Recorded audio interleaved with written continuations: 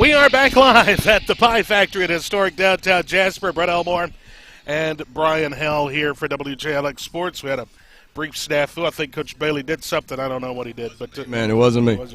Coach, how are you? I'm good, man. Good to see you. Appreciate y'all having us, man. Glad we're back online. Technical difficulties right there. Yeah. Absolutely. Glad to be back. And, Coach, first of all, I want to ask, how's your son doing? Everybody? Yes, yeah, appreciate you asking about that. So he is back home now.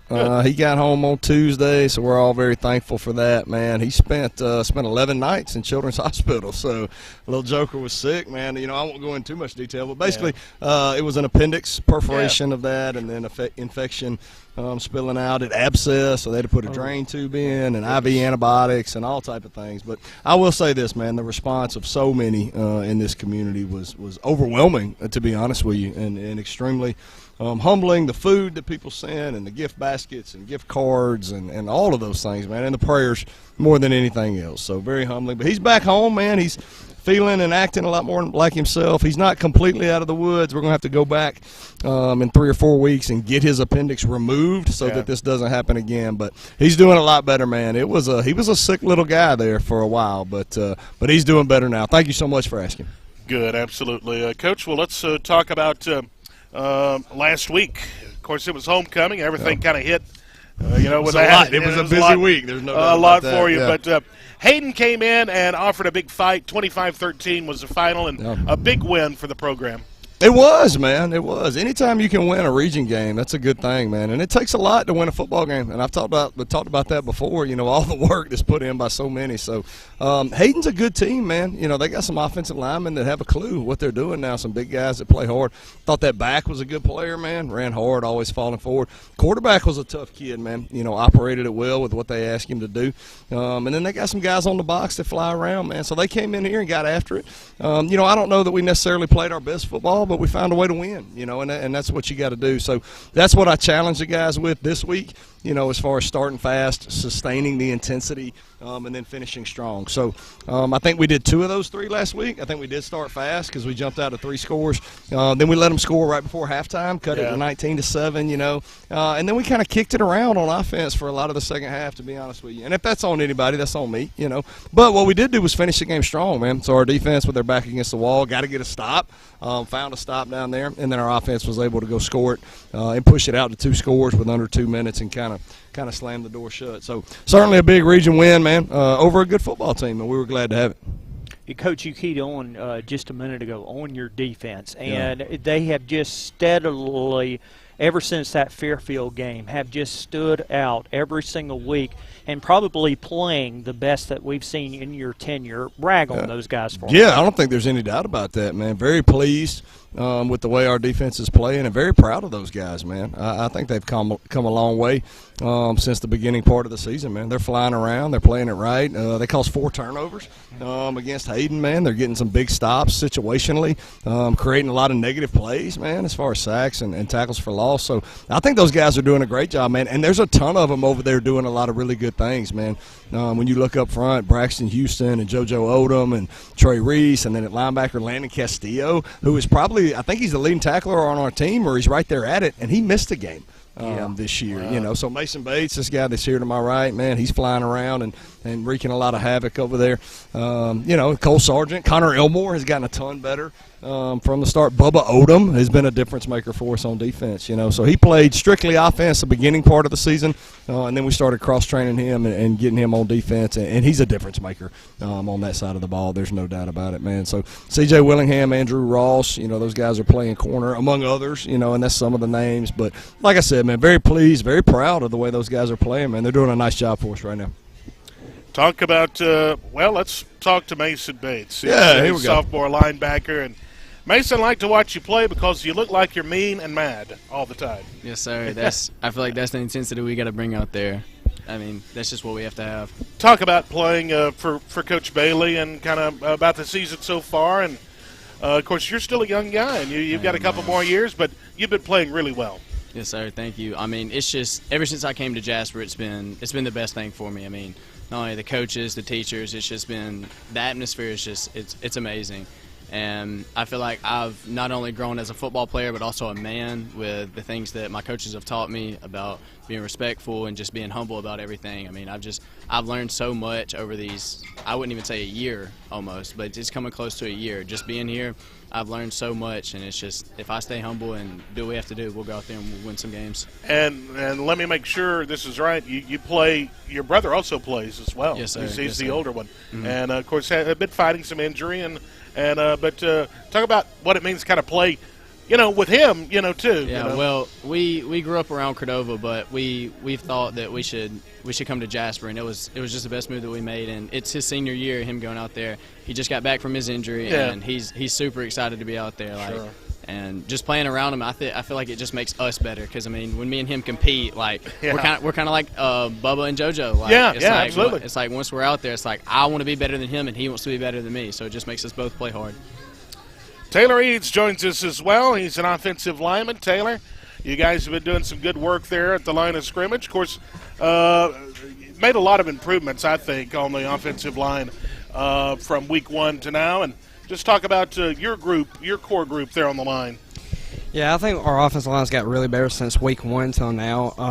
In the summer and the spring, us just working with Coach Bailey, him showing us, what to do on this specific play or what to do here and there. And, had injury up front, Colin, he went down. And, it changed the attitude of the offensive line a little bit. But, me being a senior, me stepping up, leading that group. From where we are week 1 to this week, it's just been absolutely amazing just how we've improved each week. Coach, let me ask you, you've got a clear path. As far as the playoff picture is concerned, and correct me if I'm wrong, a win tomorrow night would lock us in. Yeah, it would. It would. Yeah. So. And but a clear path to possibly even second place. Could, yeah. If we win out, if we do the things that we need to do, then we'll be the 2. So, and we talked to the guys a little bit about that, because a big part of maturity is understanding the situation that you're in. But we also got to place focus on doing the things that we need to do to be successful. So, yeah, a win this week, I think would pretty much guarantee us a playoff spot, which is always a big thing, man. You get in the playoffs, and then everything's a one-week season, man. You win one, and they'll give you another one. It's a whole new season. Right. Everybody is 0-0. 0-0. When you get into the playoffs. So, we're just focusing on what we need to do, man, to go out and play well against Carver and to win this game, what's right in front of us, man. That's what we're focused on doing. We'll talk about Carver here in a few minutes, but let's wrap up with Hayden. And I thought it was great to – you made me a little nervous in the booth. I started sweating a little bit. Yeah, a little tighter than we'd like for it today. But when Spencer broke that big run and kind of sealed the deal, I thought that was kind of fitting. A little bit. It was, yeah. Spencer had 3 rushing touchdowns on the night, so every Yeah. time we scored the ball, he scored it. So, yeah, he got loose, broke that tackle there, and then, once he got in the secondary, wasn't nobody going to track him down. So, that was a good way to finish it. Like I said, that kind of closed the door on the game. After our defense's big stop, that's what won the game. The way our defense played, that was the difference in the football game. So, that stop, they got down there. And I'm going to tell you something else, Brett, that I was talking to, maybe it was Woody, it was somebody. There's something about that end zone with our defense defending the field house. You think back to last year now, the Coleman game, where it was 4th and an inch, and then we caused that fumble, and then the offense went down and scored. That was in with their backs against that end zone. The Demopolis game, which I'm pretty sure was homecoming from last year too. Knocking them off and getting that fumble in the end zone, that was in that same end zone. And then, fast forward against Hayden. So there's something about that area of Cairo Gambrill. Let me ask you this, and this is something I've just thought of, and I don't have an answer for. We had a play where it looked like we had muffed a punt or something, and we ended up with a first down. I didn't know what happened. Talking about where we had muffed the punt? I believe so, yeah. The officials' ruling was that Mackay had not touched the punt. Was the officials' ruling on that particular play. Correct. So I thought that he had touched it, just viewing it from where I was standing. And I was arguing that he was interfered with, that they were within the 2-yard halo, which I thought that they were. And then the line judge came over and told me that they ruled that he didn't touch the punt. And I said, well, we'll take it because we have the ball. So, yeah.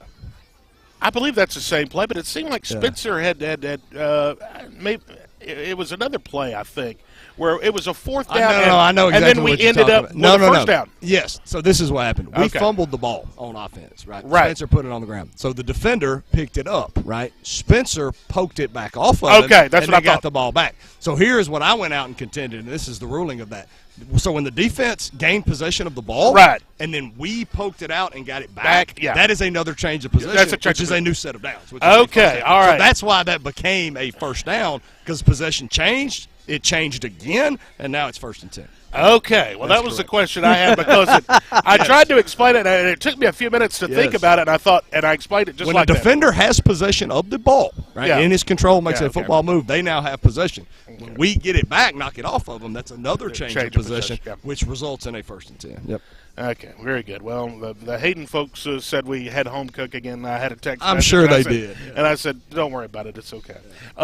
We will take a break here. We'll come back. We'll file that one away. We'll talk about Carver of Birmingham coming up after this 2-minute break. We're live for the Pie Factory in historic downtown Jasper. The sun beginning to set here in the good old city of Jasper, and we've got football on the TVs. Come on by and see us.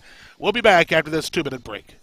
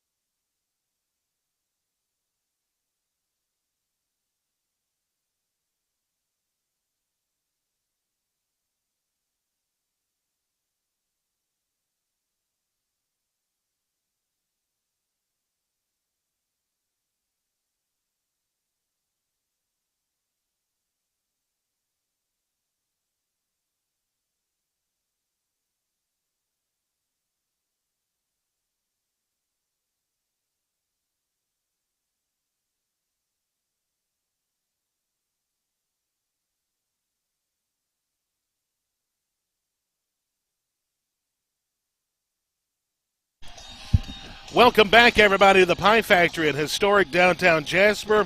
We're gearing up for the Nick Saban Show coming up at the top of the hour from Tuscaloosa.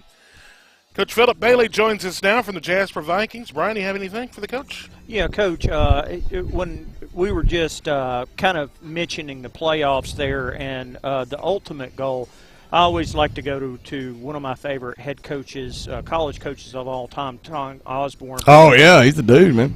You guys seem to have this mentality right now based upon your ultimate goal, and that's win every play so you can have the ultimate victory, which is winning the game. Correct. And then you take it even further, win every game, so the ultimate victory for you guys would be staying home for the playoffs, hosting. Is that kind of the mentality? That is, yeah. I think that's absolutely the mentality, man. And that's, when people talk about the process that Coach Saban has kind of trademarked around here, I think that's what it really is, right? Like, I'm not focusing on the result. I'm not focusing on the end goal. I'm focusing on all the things that I need to do each and every day to help me achieve that goal, right? Each snap of football has a life and history all its own, right? Those 6 to 8 seconds, right? So the play before it, good, bad, indifferent, I'm not going to let it affect the next play, right? If I make one mistake, I'm not going to let that snowball into 2, right? I'm going to flush that one. I'm going to play the next one. Or if the play before it was really good, right, I'm not going to, relax because I think I did something on the last play, right? I'm going to focus on what's right in front of my face and exactly what I have to do. And you focus on doing that time and time and time again. And then that bleeds over into meetings and the weight room and your level of focus and all those type things. But you focus on what you have to do to be successful and not the end result. Yeah, so, I mean, that's something that we talk about a lot. So. Let's talk about tomorrow night. Carver. Yeah. What have you seen on film about those guys? Yeah, going to Carver, man. We'll be back on the road. So they're 4-3. So offensively, man, they run some zone read. They'll run a lot of GT as far as guard and tackle pulling with the counter, and they'll run some traditional GT, and then they'll run some quarterback GT. They'll run some power toss, which is really a speed option type play. I mean, that's what they like to do. Run game wise, they got some bigger receivers, man. They got some taller outside guys that they'll throw it up to. They can go get it. So defensively, they're even front, split safety. They like to stay that way most all of the time. They got some bigger interior defensive linemen. Got some guys on the back end that can run around. Quarterback's a pretty good player. Running back's a pretty good player. So that's kind of the rundown of what Carver likes to do schematically. But like we all just talked about, we're focusing on trying to play our best football and be the best version of ourselves and doing the things we need to do to go be successful. Mason Bates, the linebacker, sophomore, joins us. And Mason, what have you seen on film, and what do you think about tomorrow night's game? I feel like it's going to be a very competitive game. I mean, it's a region game. We've got to go out there and play our hearts out. They've got a couple of cats that can go. They've got number one. He's very fast. He loves to. They'll put him at QB, and he'll do a QB stretch, and he'll try to get out of there on third, fourth, and short plays. And they've got number 9. He can run the ball, but he's mainly their passing QB. He can throw it around. And number 6, he can also go. They'll put him at QB, and they'll let him run. And they like to run a little bit of it's like a go and a out route. That's their thing. Like Coach Bailey said, they've got some tall receivers, and they'll give it a go ball out there and give it a chance. Taylor, what do you see as far as what you guys got to do on the offensive line? Well, up front, they're going to be really good, all even from what we've seen from them. But, I mean, this region seems 4-3. I mean, they're going to be ready to come and play, and they're going to try to beat us. But up front, really confident. We've had a good week of practice, and all my guys are confident. And we're going to go in this with all the confidence in the world and get a win. Coach, talk about the week in practice and also the injury situation. Yeah, so the week in practice, man, and this is not coach speak, just to be honest with you, it's been pretty good, man. The past 2 days have been about as good of practices that we've had. So certainly hope that transitions over to the football game, and that's something we talk about a lot, man, that execution is not an accident. Execution is a result of preparation. And the way you prepare yourself to play during practice is how you're going to play on Friday night. So the past 2 days have been good, man. So we'll see, man. We'll run it out there and go get after it, offensive line wise. These guys are young, man. From an experience standpoint, I'd probably say this is about as young as I've ever been up front, man. You got Grant Bailey, that's a true freshman. You got 2 10th graders, Max Kane and Levi Hardenbrook. Taylor is a senior. Also Colin, who is a senior, who's hurt right now. He should be back, hopeful, by John Carroll, which is next week. Yeah, if he's not back by John Carroll, then I feel confident he'll be back by Pleasant Grove. So then you got Drake Britt, who's a junior, Braxton Houston, who's a junior, who's played mostly defense for us and who's moved over to the offensive line. And then Malachi Gilmore, man, is another guy who played some offensive line against Fairfield, and you'll see him play some offensive line tomorrow night. So they do it right, man. They work hard. They do, man. It matters to them. It means a lot to them. And they're growing, and they're getting better, and I do think they've taken some steps in the right direction. So, but injury bug, man, it bit hard for us early on in the year, but we got most everybody back healthy right now. Colin is really the big one, sure. Who's out, but we got him fixed up, and like I said, hopeful for John Carroll, but certainly feel good about him being back for Pleasant Grove. But outside of that, man, most everybody's healthy, so we're certainly glad of that. Well, Taylor, I want to turn to you on the heels of what Coach just discussed, because I know going into this year, you and Colin had to basically look at each other and go, look, we've got young guys on the line here with us. But on top of that, Spencer's got a brand-new running back that he's going to be working in. He's got brand-new skill guys. It's going to be us to take that and move it forward. And then you guys are starting to see the fruits of success, even though Colin hopefully will be joining you next week. Also along the line, you've also seen those guys grow. As a senior, what's that like to see that growth? It's good. I mean, they're young, and like Coach Bailey said, like have freshman Grant Bailey, him thrown in the fire. I mean, he's came a long way. He's one of the biggest offensive linemen we have. I mean, just from everybody from Levi to Grant to Max. I mean, they've came a long way, and they're young. And if they keep on going this path, they're going to be really good by their senior year. I always love what Coach Osborne said. Additionally, Coach, is if you've got the offensive line and the defense, it starts with there. So, yeah, there ain't no doubt about it, man. This is still a line of scrimmage game. Even through all the changes that our game has undergone over the past how many ever years, you win a line of scrimmage, you got a real good chance of winning the football game. I love that you're a Tom Osborne guy, man. Oh, yeah. Nebraska, Yeah. mid-'90s, running option, Tommy Frazier and Eric Crouch and Scott Frost, even Lawrence Phillips and those guys, man. That was the heyday of quality offensive line play. Beating that right there garbage now. 62-24. Yeah. They did do that's that. right. They Steve did. Spurrier said that was the best football team he'd ever seen in his life. Yeah, because when they hung 60 trampled on him. Yeah. Ain't no doubt, man. Coach, talk about special teams. I was impressed with our kicker Pedro. Pedro, Man, Pedro has stepping been in there. nailing some field goals. He has, man. He hit 2 in the first half. That's a weapon for us, Yeah, man. When you get absolutely. in that area of the field, and being able to have that, and he steps in there and hits it, man. So, like I said, really pleased with him, proud of him, man, and drilling those things. So, need to be a little bit better on the punt team, man. We had that quick kick right there at the end of the game. Did not execute that very well. The reason why you quick kick is to negate a return completely. Sure. And we ended up giving up far too much of a return on something like that. So certainly got to get that cleaned up, and that's something that we've addressed it today, as a matter of fact. But, yeah, Pedro 2 for 2 on the field goals. And, man, so I think our special teams has come a long way, and our specialty unit as far as our kickers, I think those guys are doing a good job. Coach, final comments and closing word here as we wrap up. Yeah, appreciate you guys, man. Quality win over Hayden. I do think that's going to end up being a playoff football team out of this region. I do. I mean, I really do. I think they're going to end up being a playoff team. So they play hard, man, and I thought they played well. Our guys found a way to win, so it may not always been pretty the whole time, but we found a way to win a football game, and that's what matters, man. So certainly proud of our guys for that. For getting it done when it counted. So back on the road this week, man, another big region game against Carver. Playoff implications, certainly. Playoff seeding, certainly in play for this one. So I'm excited to go watch our guys play, man. And I've challenged them to play a complete game, offense, defense, the kicking game, start fast, sustain the intensity, finish strong. That's what we've talked about all week. So certainly hope that we can go out and do that tomorrow night and give the Viking fans a good night. So appreciate you guys. Always a pleasure to be here. Appreciate Mason. Appreciate Taylor coming along with me, man. These guys work hard, man. We got great kids here in Jasper. That's a testament to our community. That's a testament to our parents, man. We got some good ones here. So always a pleasure to be with y'all. Appreciate you guys, and go Vikes! Go Vikes. Coach Philip Bailey joining us tonight here at the Pie Factory along with Mason Bates and Tyler Eads. And coming up tomorrow night, it's a 7 o'clock kickoff against Carver Birmingham. We'll have the game for you live on radio starting at 6:30 with Coach's Show. And then at 6:45, we'll be live from the field, Woody and I, from Carver Birmingham. Not a bad road trip. Just up I-22 and you're there. Yeah, we did that a few years ago. I did it with Woody and your dad, and wonderful facilities right there on the interstate. So we're looking forward to that coming up tomorrow night. Brian, that's going to wrap it up. We got to send it to Tuscaloosa for the Nick Saban Show. Yep, go Vikes. Guys, get it on, bring it on home. Yep, that's right.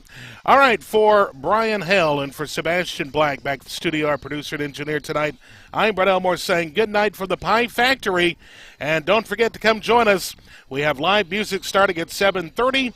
And, of course, you can watch the football games on the big screens here at the Pie Factory. Until next week, I'm Brett Elmore saying so long.